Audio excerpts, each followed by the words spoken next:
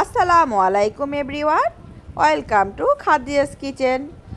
আমি আপনাদের মাঝে হাজির হয়ে গেলাম আরও একটি শরবতের রেসিপি নিয়ে।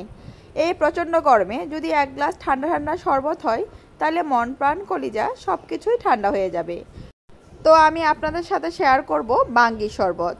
বাঙ্গি যারা এমনিতেই খেতে পছন্দ করে না, এভাবে শরবত করে খেতে পারেন। চলুন আর কথা না বাড়িয়ে মূল রেসিপিতে চলে যাচ্ছি। বাঙ্গি শরবত করার জন্য দেখতে পাচ্ছেন আমি নিয়ে নিয়েছি বাঙ্গিটাকে আমি আগে থেকে খোসা ছাড়িয়ে নিয়েছি। এবার আমি ছোট ছোট কিউব করে কেটে নেব।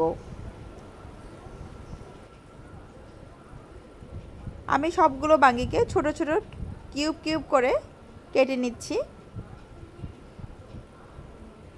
আমার সবগুলো বাঙ্গি মোটামুটি কাটা হয়ে গিয়েছে। আমি দেখিয়ে দিচ্ছি আমি কিভাবে কেটে নিয়েছি, দেখতে বুঝতে পাচ্ছেন। এবার আমি একটি ব্লেন্ডারে জারে নিয়ে নেব বাঙ্গি। আমি এখানে 3 কাপ বাঙ্গি নিয়ে নিয়েছি।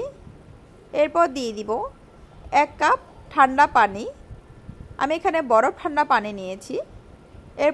এরপর অ্যাড করব আমি হাফ কাপ চিনি। চিনিটা আপনারা আপনাদের পছন্দ অনুযায়ী বাড়িয়ে বা কমিয়ে দিতে পারেন। এবার আমি অ্যাড করব 3 টেবিল চামচ গুঁড়ো দুধ। এরপরে দিয়ে দিব হাফ চা চামচ টেস্টিং সল্ট আর 1 চা চামচ বিট লবণ। এবার সবগুলো উপকরণ আমি একসাথে ব্লেন্ড করে নেব 2 থেকে 3 মিনিট। আমি সবগুলোকে 2 থেকে 3 মিনিট ব্লেন্ড করে নিয়েছি।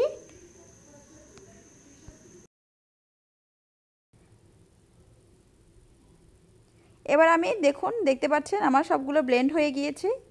এবার আমি এখানে অ্যাড করে নেব হাফ কাপ ঠান্ডা পানি। আপনারা যেরকম ঘন খেতে পছন্দ করেন সেরকমই অ্যাড করে নেবেন পানি। এবার আমি ব্লেন্ডারটাকে আবার চালিয়ে আবার 30 থেকে 40 সেকেন্ডের মতো ব্লেন্ড করে নেব। ব্যাস আমার রেডি হয়ে গেল বাঙ্গি শরবত। আমি আপনাদের খুব সহজভাবে তৈরি করে দেখানোর চেষ্টা করেছি।